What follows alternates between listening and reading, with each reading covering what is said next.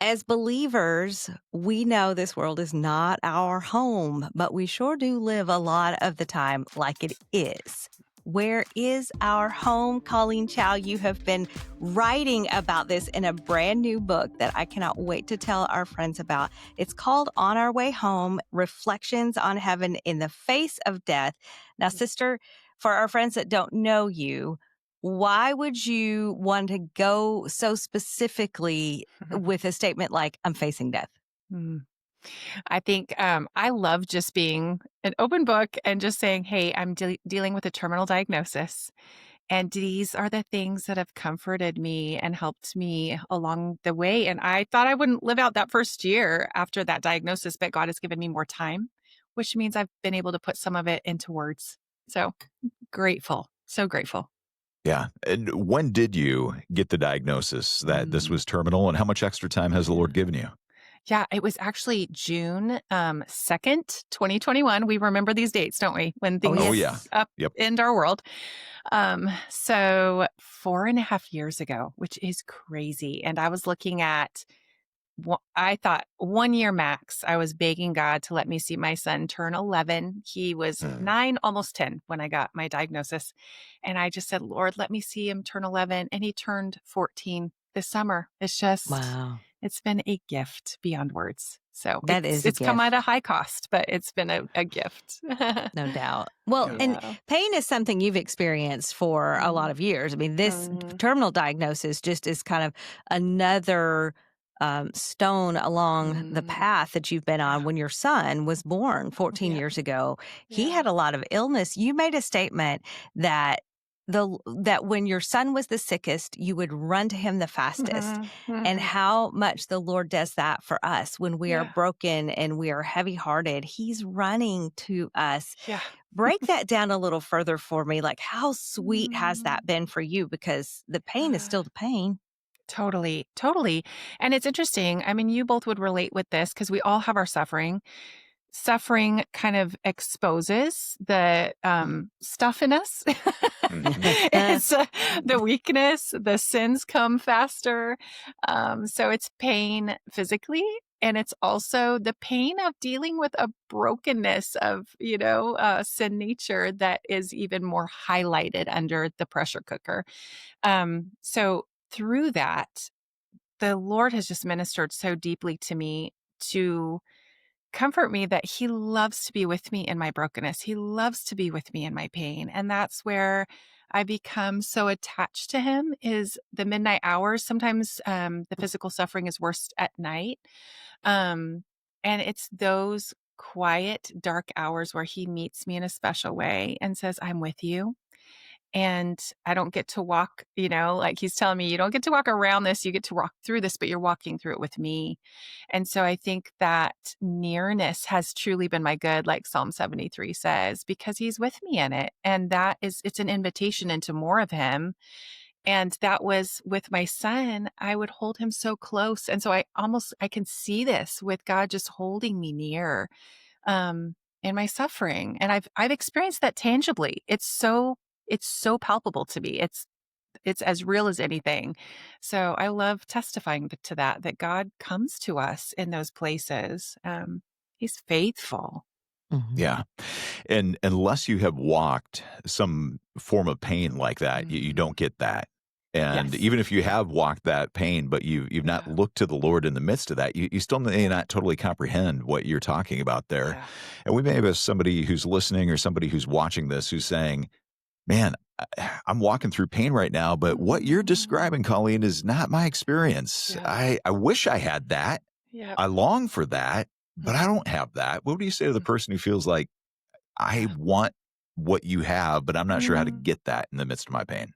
I love that question. I think that's at the crux of a lot of this with suffering and trusting Jesus. And I think some of it, and I've even taught this to my son, it's a little step at a time with Jesus. Sometimes we don't feel him. Sometimes we don't even experience the grace that he's giving us. We don't know it yet. But that trust to just do the next thing, as Elizabeth Elliot taught us all, right? Do that next thing and cling to Jesus and open the word again and expect that God will do something in all of this. And so it's faith, right? I mean, this is the essence of faith. It's what we can't see, but what is very real.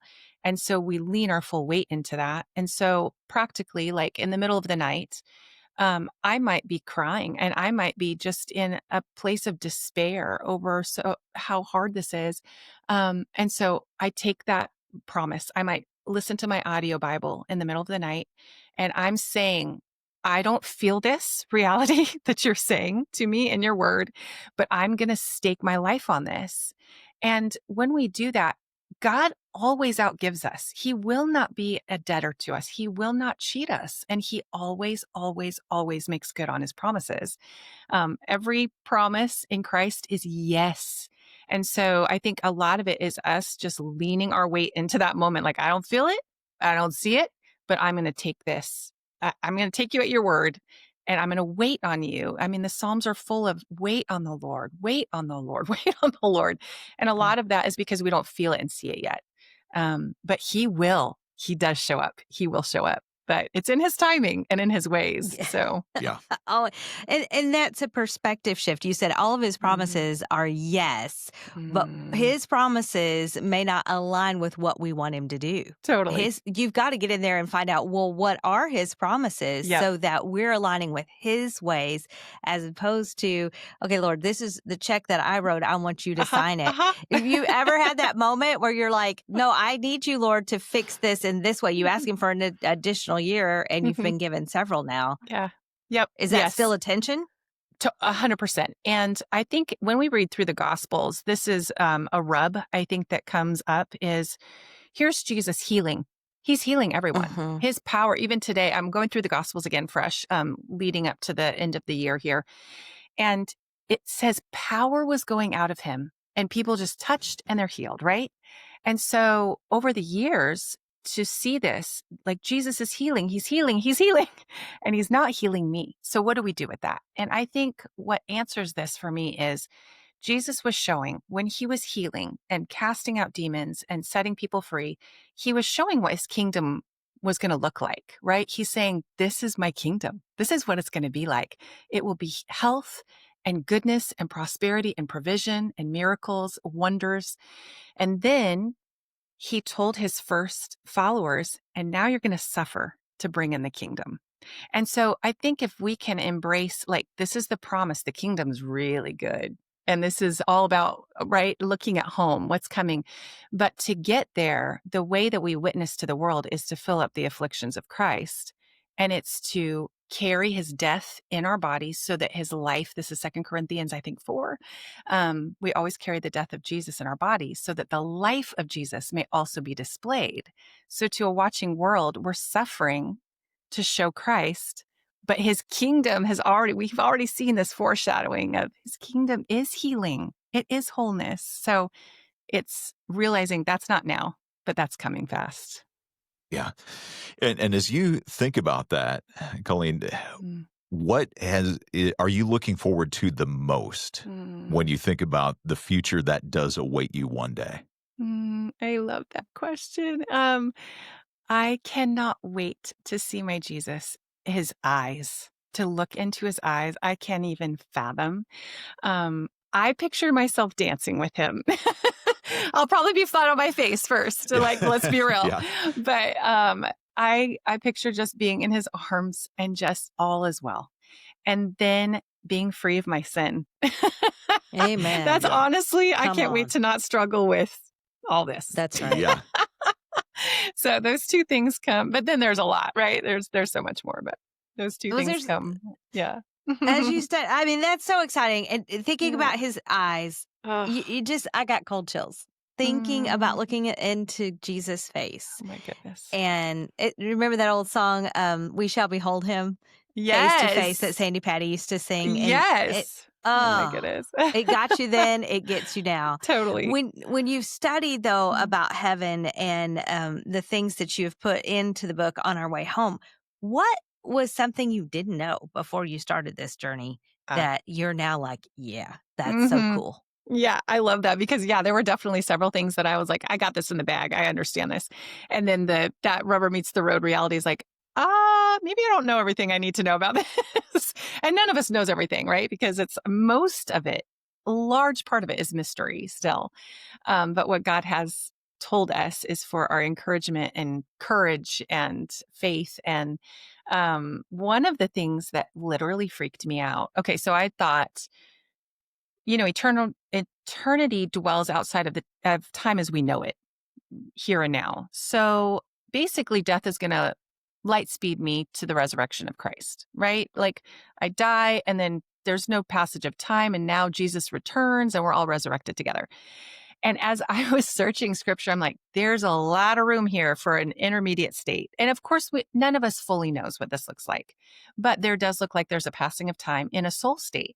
And that literally freaked me out. I was like, I do not want to be without a body, even though my body is broken. This is all I know, right? I've never Yeah. experienced reality outside of a body. So I think things like that, just making room for, I don't know, but whatever it is, God promises it's swallowed up. Mortality, Paul says, is swallowed up in life when we die. So to be absent from the body is to be present with the Lord. Mm-hmm. And then mortality is swallowed up by life. So it was things like that where, okay, we don't have a lot of clarity on some of these things, but what we do know is pretty powerful, that it will be better. It will be better. And I can trust God to not be stingy before he's staggeringly generous, right? He's not going to cheat Yeah. me when I go home to be with him. So Yeah, it's so good. I remember thinking about that same thing years ago, and I'm like, man, what helped me a little bit. And it's not Yeah. the same thing. We're not angels, right? But they Yeah, are a yeah. spiritual being without a body. And so I'm like, Yes. okay, so in some ways we'll be a little bit like that. We're not angels, Yes. but a Yes. spiritual being That's without a body. totally. Okay. Yeah, Yes. Yes. that's That kind of has encouraged wild. me too. Yeah. It is wild. Yeah. And they're pretty crazy amazing. So, Right. yeah. Totally. So that's one thing that like kind of blows your mind. But Yeah. as you walk through the day to day right now, there's a diagnosis hanging over you. There's still Yep. pain in this world. Yep. You know, what you've watched your son walk through, certainly you've Yeah. had to look fear in the face Mhm. a number of different times. Yeah. What were the fears that really kind of manifested and really challenged you to like, do I really believe what I say I Mm. believe? Yes. Yes. And to be really raw, those fears come in waves. And um, I think fear is an opportunity for faith. It just is, it's an opportunity to exercise those muscles of faith. And so it doesn't need, we don't have to be afraid of fear. And I think Yeah. some of the worst of fear is being afraid of it. Like just the feeling of fear is terrifying, right? So being okay with the fact that this is scary, like this isn't the way it was supposed to be originally. And Jesus expresses this so clearly in John 11 when he raises Lazarus, his hatred, his anger toward death, and what it means for us humans. It's terrible. That I mean, honestly, like I can laugh, I have joy, but it's a it comes together. It comes together, and it's horrifying sometimes, honestly. And the fear will knock me upside the head in the middle of the night. So I think being able to just keep going to Jesus, and that becomes such a rhythm.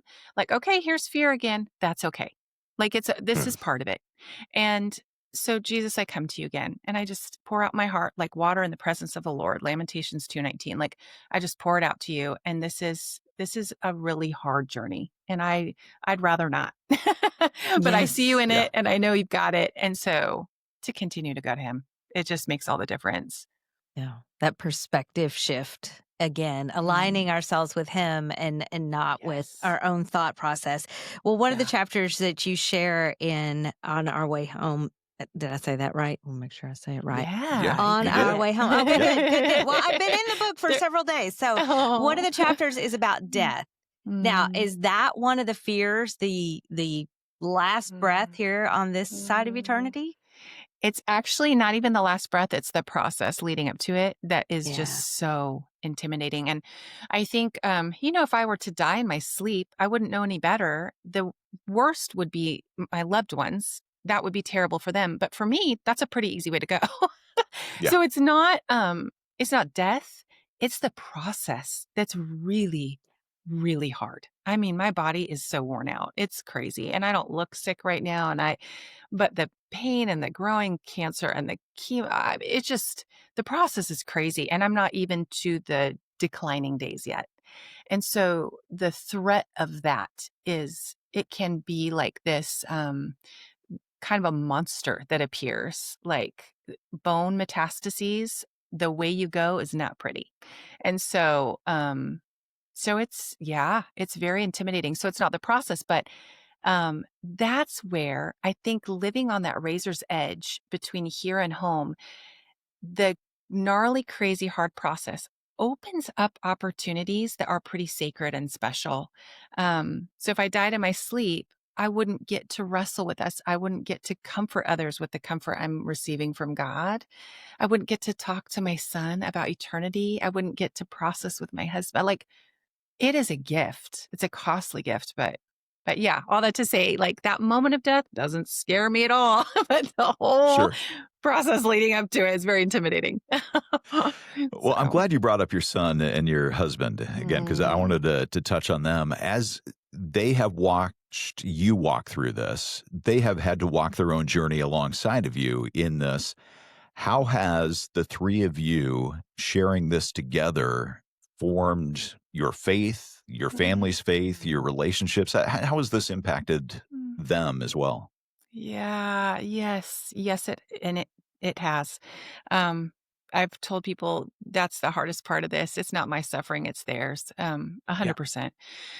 And nothing, yeah, I haven't quite found words for it, but what I have seen God do is take, one of the worst things and take my fists and do this, open my fingers, open my white knuckled fingers and say, these guys are yours. My husband is yours. My son is yours. We know that in our heads, but when the rubber meets the road reality of like, I don't get to be there for some pretty big things in my son's life, barring a miracle.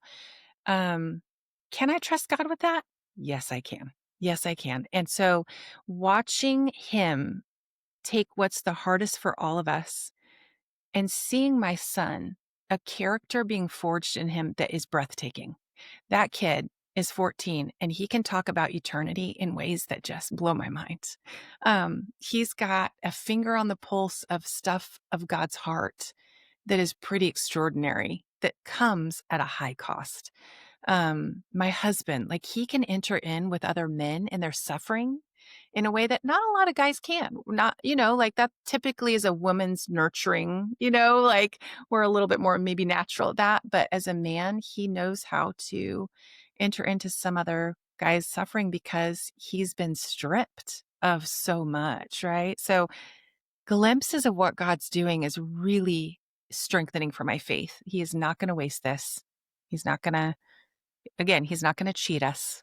He's going to keep doing extraordinary things in their lives. The learning to trust him along the Mm. journey, no doubt, has just been a moment by moment thing. You've Yep. spoken to that. And Yeah. your son, when he was 6, your first diagnosis, Yeah. you come home, you tell him, and he wants to read out of Mhm. scripture about the fiery furnace. I Totally. resonate because there's usually a passage you're like, I like this prophet story, or Yeah, I yeah, like, yeah.